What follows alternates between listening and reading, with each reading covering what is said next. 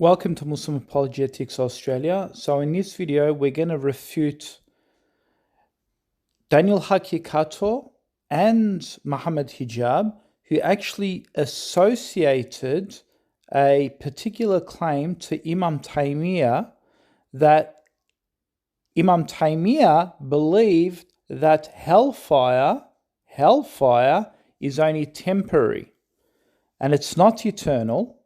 And they say this goes completely against the Quran, which actually says that hell is abadan, forever. So Muhammad Hijab and Daniel Haqiqatjou is claiming that this is what Imam Taymiyya actually believed in. Let's have a listen. Controversial, might as well. Could one argue? You never asked a controversial question before in your life. Like Ibn Taymiyya had the view of Fana nar. I don't think you're going to disagree. Daniel brought this issue up, Akhi. Here's the thing. So Ibn Taymiyya and Ibn Qayyim believe that hellfire will run out. That's what they believe. Yeah? And how do we know that? Because Ibn Taymiyya has two views, but the last view is the one that's represented by Ibn Qayyim and Shifa al-Alil. He mentions it, and we know that, generally speaking, Ibn Qayyim will represent the final view of Ibn Taymiyya, right? And I think if you speak to Sheikh Hujari or any of them, they'll do a qrar of that. I think that's something which... We can speak to Sheikh Hujari about that. I don't have any problem. Yeah, no, but I'm pretty sure that he would... I have in the past, and he's told me that this is their position, right? Having said that, like, some would argue that this is mukhalafat al-ijma'. Some would argue that there are clear verses... It's clearly not. Some would argue that there are clear verses in the Quran. It says, "Khalidina fiha." They are going to stay in the hellfire forever. Yeah, I understand, but there's... So the claim is that Imam Taymiyya had two views, but the final view, he says that Ibn Qayyim, which is the student of Imam Taymiyya, affirmed Imam Taymiyya's last position that hellfire will just be empty. It won't be forever, right? Is this actually true?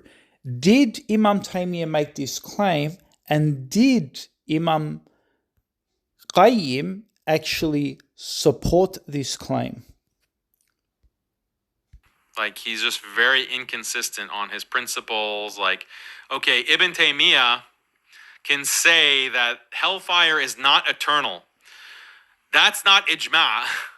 Have you ever even heard, like, so many people haven't even heard of this view, that Ibn Taymiyya has the view that hellfire will come to an end. The nar, fana nar, will come to an end. That's less of an ijma' than, for example, the issue of imams, or the issue of prophets being superior to all non-prophets. Really? Can you really make that argument? And he didn't cite anything. He didn't cite any ijma' on that position. But that's what Ibn Taymiyya holds. So why isn't Ibn Taymiyya considered by you, Jake, a deviant? Why is he still not only Ahlus Sunnah? Ibn Taymiyya is an imam of Ahlus Sunnah wal Jama'ah. And his only response is, no, but it's about usul. Ibn Taymiyya's usul is good. That's why. What usul is that? Going back to Quran and Hadith? Well, guess what? Even on the usul, the Atharis and the Hanbalis differed widely. The usul of someone like Ibn Uthaymeen and Al-Albani and their approach to Hadith is very different than the usul of the early Ahl al-Hadith. And then now I'm kind of destroying all of their arguments and showing that this whole idea of, oh, we follow the Salaf. Our Aqidah is the Aqidah of the Salaf. Oh, really? Well, how come all of your scholars disagree on basic matters? Like, is hellfire, Jahannam, is it eternal or not? Or will the hellfire come to an end? Your scholars don't even agree on something like that. But you all have the same Aqidah going back to the Salaf? Really? Is it true that Ibn Taymiyyah had the belief that hell would one day finish? Is it true? I haven't read it, but I heard it. Someone saying it. Is it true? It And to my understanding, no, it is not. I think Ibn al-Qayyim is the one who maybe said a couple of things which invite you to think that.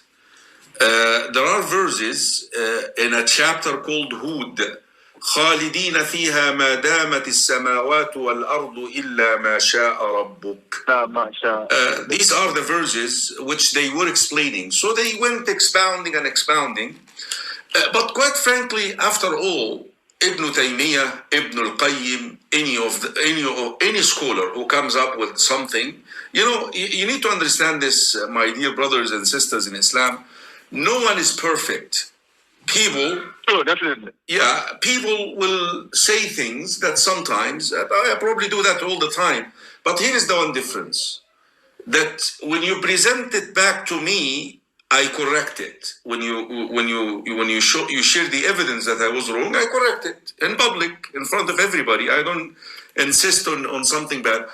Also, it's not orchestrated. It's not something that you're doing in purpose to deceive people. So overall, the scholars, when they explain those two verses in Surah Hud, they said it's regarding the grave. Meaning they will be having a punishment or having a meadow of Jannah in the grave as long as Allah wills. Because we have enough text out there, enough evidence, where Allah says, Abada khalidina fiha. How many times do you read that? Abada. Abada means eternity. So, exactly. You see, when you come up and face a different interpretation, then you have to find a way. Now we know the grave is temporary. The grave is a transition. As long as Allah wills. Look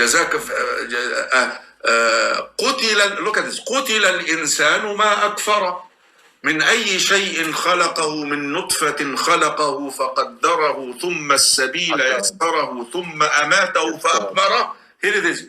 ثم إذا شاء أنشره. You're getting that? Meaning that whenever Allah wills, He will raise him up again. So we have to understand those in context. Regardless who misinterpreted that, it's wrong.